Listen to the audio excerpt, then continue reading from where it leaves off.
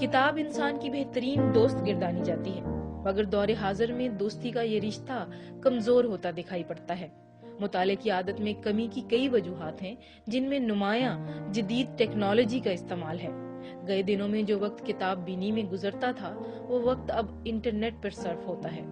آج کل تو زیادہ تر کلاسز میں بھی یہی چل رہا ہے کہ بندہ عام ہارڈ بک کی جگہ ٹیبلٹس وغیرہ لا کے اس میں ہی پڑھتے ہیں، تو یہی حوالہ ہے۔ باقی سوشل میڈیا کے حوالے سے اگر دیکھ لیا جائے تو زیادہ تر سے لوگ جو ہے وہ فیس بک پہ، ٹویٹر پہ، یہاں پہ زیادہ تو ریڈنگ ہیبٹ اتنا نہیں ہوتا نا۔ ہمارے بزرگ جن کا رشتہ آج بھی کتاب سے قائم ہے، انہیں نوجوان نسل سے کوئی شکایت نہیں۔ ان کا کہنا ہے کہ تعلیم عام ہو رہی ہے، اگرچہ اس میدان میں کمپیوٹر کتاب پر سبقت لے چکا ہے۔ میں یہ سمجھتا ہوں کہ وہ ریڈنگ کی ہیبٹ پہ قریب ہو گئے۔ میں آپ کو کنٹرڈکٹ نہیں کرنا چاہتا ہوں، لیکن وہ ابھی جس طرح آپ کہتے ہیں نا کہ یہ انٹرنیشنل ہائی وے ہے یا یہ سپر ہائی وے ہے، آئی کال اٹ یہ سپر ہائی وے ہے۔ I am talking of this, آپ کا انٹرنیٹ ہے یا آئی پیڈز ہے، ہر بچے کے پاس اگر سے 100% نہیں تو آئی تھنک 50% سے زیادہ ہے، اور وہ بچے پڑھ رہے ہیں۔ والدین بتاتے ہیں کہ کتاب سے بڑھتی ہوئی دوری کا سبب مہنگائی اور لائبریریوں کے غیر مناسب اوقات ہیں۔ کچھ حد تک نیشنل لائبریریز، پبلک لائبریریز آپ دیکھیں، ان کا بھی بڑا رول ہے۔ وہ آفس کی طرح صبح 8 بجے سے 3 بجے تک ہوتی ہیں، جبکہ آئی تھنک پڑھائی کے لیے ہمیں 3 بجے کے بعد، میں چاہوں گی کہ میں اپنے بچوں کو لے کے جاؤں کسی لائبریری میں، یا اتوار والے دن سکون سے ہم لائبریری میں بکس پڑھیں۔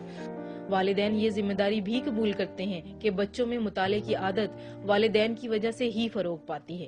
یہ بچے پڑھ رہے ہیں، تھوڑا سا اس میں ہے لیکونا کہہ لیں یا تھوڑا سا شارٹ کمنگ کہہ لیں، وہ بھی آبجیکٹیولی میں کہہ رہا ہوں۔ وہ یہ ہے کہ جو میری ہے میٹا فزکس کی اور جو اس میں ہے، وہ یہ ہے کہ ان کو تھوڑا سا اٹینشن کا جو ہے نا وہ گیپ ہے، ایکیوٹ اٹینشن شارٹیج۔